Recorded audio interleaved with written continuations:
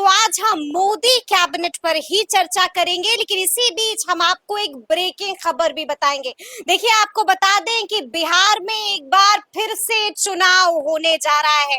कब होगा चुनाव, अब तारीख भी आ चुकी है। तो आज हम इसी मुद्दे पर सीधी बातचीत करेंगे सीनियर जर्नलिस्ट अरुण पांडे जी से। सबसे पहले बहुत शुक्रिया। बहुत धन्यवाद आपको भी जी अरुण जी, हम मोदी कैबिनेट पर तो आएंगे ही, लेकिन उससे पहले हम अपने व्यूअर्स को बताना चाहते हैं कि बिहार में एक बार फिर से चुनाव होने जा रहा है और अब तारीख भी आ गई है। क्या है तारीख और क्यों कह रहे हैं हम कि बिहार में एक बार फिर से चुनाव होने जा रहा है? हम चाहेंगे कि ये आप हमारे व्यूअर्स को बताइए। देखिए, अभी बिहार में लोकसभा का जो चुनाव हुआ जी। उसमें कई विधायकों ने भी अपनी किस्मत आजमाई थी। उसमें एक विधायक ने तो इस्तीफा दे दिया पहले ही, इसलिए कि दल बदला था। जी। और बीमा भारती अरे, की बात आपको कर नाम रहे भी ठीक ही बता रही हैं, बीमा भारती जो जदयू की विधायक थी। हैं। और आपने देखा कि रुपौली से। हाँ, असेंबली के सेशन के समय में तो बहुत चर्चा में रही बीमा भारती। और उन्होंने भी अपनी वो सीट खाली कर दी और खाली करके राजद में शामिल हुई। पूर्णिया में चुनाव लड़ी, वो राजद की कैंडिडेट थी पप्पू यादव से। जी।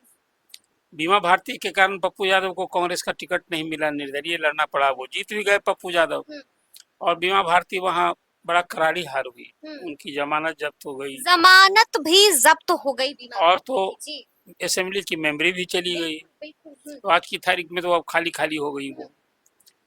और ये एक और उसमें पार्टी की ओर से उस समय बीमा भारती को जिताने से ज्यादा पप्पू यादव को हराना था, राजद का जो स्टैंड था। तो आपने देखा कि तेजस्वी यादव ने वहाँ पब्लिक मीटिंग में कह दिया था कि भाई आप, हम तो दो विचारधारा की लड़ाई लड़ रहे हैं, एक तरफ एनडीए है, दूसरी तरफ इंडिया मोर्चा है, लेकिन आप लोग यदि हमारे कैंडिडेट बीमा भारती को नहीं समर्थन दे रहे हैं तो आप संतोष हाँ को दे दीजिए। जी, जी, थोड़ा बताइए, इस तरह का कॉल कहीं तो हैरानी भरा था। लेकिन चुनाव कब होना जा रहा है? अब वो देखिए ना, वही कह रहे हैं कि वो चुनाव के पहले बीमा भारती हार गई, वहाँ पार्टी ने हार करवा दी। अब उस सीट के लिए चुनाव आयोग ने आज ही अभी आदेश जारी कर दिया है। आदेश जारी कर दिया है चुनाव आयोग ने। चुनाव आयोग की आज अधिसूचना जारी हो गई और 10 जुलाई को जी। वहाँ उपचुनाव से वो सीट भरी जाएगी, रुपौली वाली सीट। रुपौली की सीट। और उसके साथ कई और स्टेट्स में जो सीटें खाली हैं उसका चुनाव हुआ है। एक चर्चा और आपने मैंने की कि 4 विधायक भी इस बार पार्लियामेंट के लिए चुन लिए गए हैं। उसमें गया से अभी देखा है आपने, सांसद बने जीतनराम मांझी, कैबिनेट मंत्री बन गए, उनकी सीट भी खाली होनी है। नियम सुरेंद्र यादव जीत गए हैं, सुधाकर सिंह जीत गए हैं। और एक एमएलए एक और कौन है, सुदामा प्रसाद आरा से जीत गए हैं। अब ये सीटें हैं, नियम ये कहता है कि कोई सदन का सदस्य हो और कोई जो नया सदन के लिए यदि वो निर्वाचित हुआ हो, तो जिस दिन से नोटिफिकेशन जारी होता है, मतलब लोकसभा के लिए जो सदस्यों की सूची थी, 6 जून को अधिसूचना चुनाव आयोग ने पूरे देश भर के सभी 543 की जारी की। तब उस दिन से 14 दिन के अंदर उनको जो पुराने हाउस के जो मेंबर हैं वो सीट उन्हें त्याग पत्र देना होगा, यानी कि इस्तीफा देना होगा। तो ये चारों विधायकों की सीटें भी खाली होंगी, इसके लिए भी उपचुनाव होंगे। अभी तो खाली तारीखें अब तक अभी खाली ही नहीं हुई है, तो अभी तारीख कैसे आएगी? लेकिन निश्चित रूप से उसका भी चुनाव में अब देर नहीं रहेगा, वो भी चुनाव बहुत जल्द ही होगा। लेकिन अभी शुभ चुनाव के साथ 10 जुलाई के साथ तो होने से रहा। तो ये सीटों का चुनाव का भी यानी कि 10 जुलाई को चुनाव होने जा रहे हैं। लेकिन अरुण जी, हम आपसे ये भी जानना चाहते हैं कि क्या लगता है आपको, क्या इस बार राजद एक बार फिर से बीमा भारती पर भरोसा करेगा? नहीं, बीमा भारती चुनावी मैदान में उतारेगा? तो भरोसा करना होगा। जदयू की विधायक थी, देखिए उस इलाके का जो सीमांचल का जो कास्ट कंपोजिशन है ना, अति पिछड़ी जात से आती है। अब वो लालू प्रसाद ने तो इसी लोकसभा के चुनाव में विभिन्न जाति समूह को साधने के लिए इस बार वो ढंग से अपनी रणनीति बनाई। तो बीमा भारती पर भरोसा तो निश्चित रूप से राजद को करना चाहिए। मुझे तो कुछ उसमें इफर्ट नहीं दिखता। यानी कि एक बार फिर से रुपौली के चुनावी मैदान में उतरेंगे? हाँ, बीमा भारती उतरेंगे स्वाभाविक रूप से। पार्टी भी भरोसा करना चाहिए, कोई वजह मुझे नहीं दिखता है। और जब वो राजद जदयू छोड़ चुकी है, राजद में है वो, तो पार्टी को भी उन पर भरोसा करना चाहिए, फिर वो कैंडिडेट होंगी, पर किस्मत उन्हें आजमाना है वहां से। जी जी जी जी। अच्छा, हम आपसे ये भी जानना चाहते हैं, चलिए अब हमने बता दिया है अपने व्यूअर्स को कि आखिर चुनाव कब होने जा रहे हैं, लेकिन मोदी कैबिनेट आपने देखा कि मोदी की टीम अब बनकर तैयार हो गई है, कैसे देखते हैं इसको आप अरुण जी? देखिए, ये तो पूरी कैबिनेट आपने देखा कि 71 मंत्री, पीएम सहित 72 सदस्यीय केंद्रीय कैबिनेट, 2.5 घंटे का शपथ ग्रहण समारोह हुआ, बड़ा शानदार। हम्म, और उसमें 30 कैबिनेट स्तर के मंत्री बने हैं, जिसमें बिहार से 4 कैबिनेट मंत्री बने हैं, और 8 मंत्री बने हैं ना, तो 4 राज्य मंत्री बने हैं। उसमें जीताराम मांझी जी, चिराग पासवान, ललन सिंह और गिरिराज सिंह, ये 4 कैबिनेट मंत्री हैं। गिरिराज सिंह तो थे भी कैबिनेट मंत्री, फिर उन्हें दोबारा अवसर मिला है। और नित्यानंद राय राज्य मंत्री थे भी, फिर वो राज्य मंत्री ही बने हैं। और 3 जो और नए चेहरे हैं, सतीश चंद्र दुबे, हाँ, जी और फिर एक रामनाथ ठाकुर बने हैं, तो 4 राज्य मंत्री बने हैं।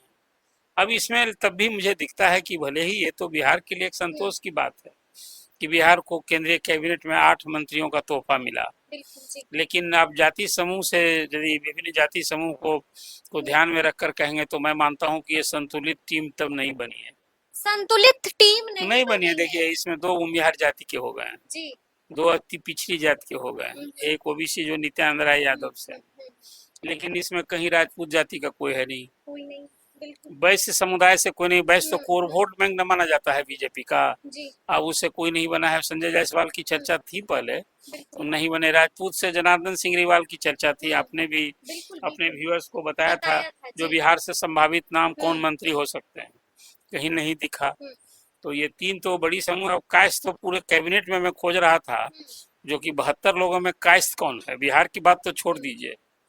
तो अब ये इसको, और अब चुनाव है सर पर, ये चुनाव अगले साल हो या जब हो, अगले साल तो नवंबर में बिहार में नियत ना है, तो उसमें तो अभी बिहार से ये 3 जाति समूह को अब तो विस्तार अभी होना है। गायब हो गए हैं। हाँ, लेकिन ये है कि वहाँ प्रधानमंत्री सहित टोटल 81 मंत्री बन सकते हैं। 81 तो अभी तो 72 ही बने हैं, अभी 10 की सीटें खाली है।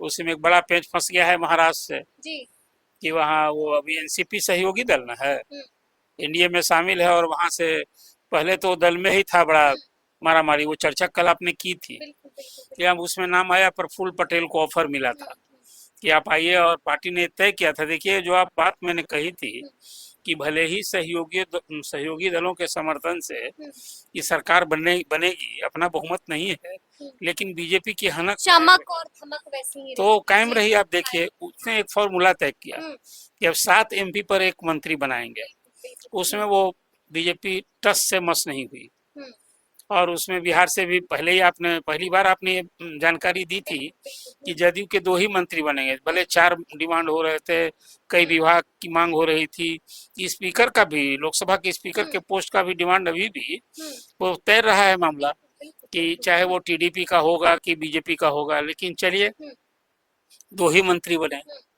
तो एनसीपी को और छोटे दल के बारे में स्टैंड लिया था बीजेपी ने कि सबका प्रतिनिधित्व देंगे, लेकिन सबको उसमें राज्य मंत्री का दर्जा देंगे। लेकिन ऐसे में अब सवाल उठ रहा है, क्योंकि अब लोग जानना चाह रहे हैं ये बात अरुण जी, क्या पोर्टफोलियो क्या कुछ मिलने जा रहा है? बस थोड़ा इंतजार कर लीजिए। देखिए, पोर्टफोलियो के संबंध में कोई अभी तो, आज ही शाम को 5 बजे कैबिनेट की पहली बैठक होने जा रही है। 30 कैबिनेट मंत्री बने हैं, तो कैबिनेट की बैठक होने जा रही है 5 बजे। उसके पहले आज प्रधानमंत्री ने ऑफिस किया, और उसमें पहला आदेश अपनी कलम से आज जो जारी किया, किसान सम्मान निधि के लिए जो पैसे किस्तों में जाते हैं ना, उसकी राशि आज स्वीकृत कर दी है उन्होंने। अब वो फिर एक बटन से क्लिक करेंगे तो किसानों के खाते में, जो खटाखट जिसको आप बोलते हैं, 2-2 हजार रुपये सबके खाते में जाएंगे। तो पहला आदेश, जो आप कहते हैं नरेंद्र मोदी की तीसरी सरकार बनी कार्यकाल में, पहला मतलब एक्शन में आ गए हैं। हाँ, पूरा एक्शन में आएंगे, और 100 दिन की जो उन्होंने कार्य योजना बना रखी है, तो मुझे लगता है कि आज कैबिनेट की बैठक में विस्तार से उस पर चर्चा। जेडीयू को कौन सा विभाग मिल सकता है? देखिए, अभी विभाग, फिर मैंने अभी आपको कहा, अभी थोड़ा देर 2 घंटा इंतजार कर लीजिए, विभाग बढ़ ही जाएगा। 8 लोग हैं, अब 2 हैं उसमें जदयू के, तो आप जदयू के सांसदों के बारे में, जो मंत्री बन चुके हैं, उनके बारे में पूछेंगे, तो शेष 6 के बारे में भी तो जिज्ञासा हमारे व्यूअर्स को होगी कि अब गिरिराज सिंह का क्या वही विभाग रहा कि बचा कि बदल गया। नित्यानंद राय गृह राज्य मंत्री थे, वही केंद्र में तो बहुत महत्वपूर्ण विभाग होता है। इस बार वही विभाग मिलता है कि उनका विभाग बदलता है, इसलिए 2 घंटा और इंतजार कर लीजिए। आज 5 क्या बजे रेल मिनिस्टर भी बिहार से होंगे? देखिए, किसी संभावना से न तो इनकार किया जा सकता है। जी 4 विभाग तो बीजेपी के पास रहेगा ही रहेगा, बिल्कुल। उसमें गृह, वित्त, रक्षा, ये विभाग तो रहेगा ही ना वहाँ, उसमें तो कोई कहीं वट है नहीं। अब रही बात की इधर जो रेल, अब रेल के बारे में मुझे लगता है अश्वनी वैष्णव फिर बने हैं। 2 मंत्रालय वहाँ जो है अश्वनी वैष्णव का और नितिन गडकरी का। अभी प्रधानमंत्री की जो कार्य योजना में ये लोग को तो एक परफॉर्मर मिनिस्टर के रूप में इमेज रहा है, तो शायद मुझे लगता है कि और वो कृषि इस में बार भी रेल जो है वो बिहार शायद में वो नहीं मिलने मिलने जा से रहा, शायद हमें जी, तो लगता जी, है। हाँ।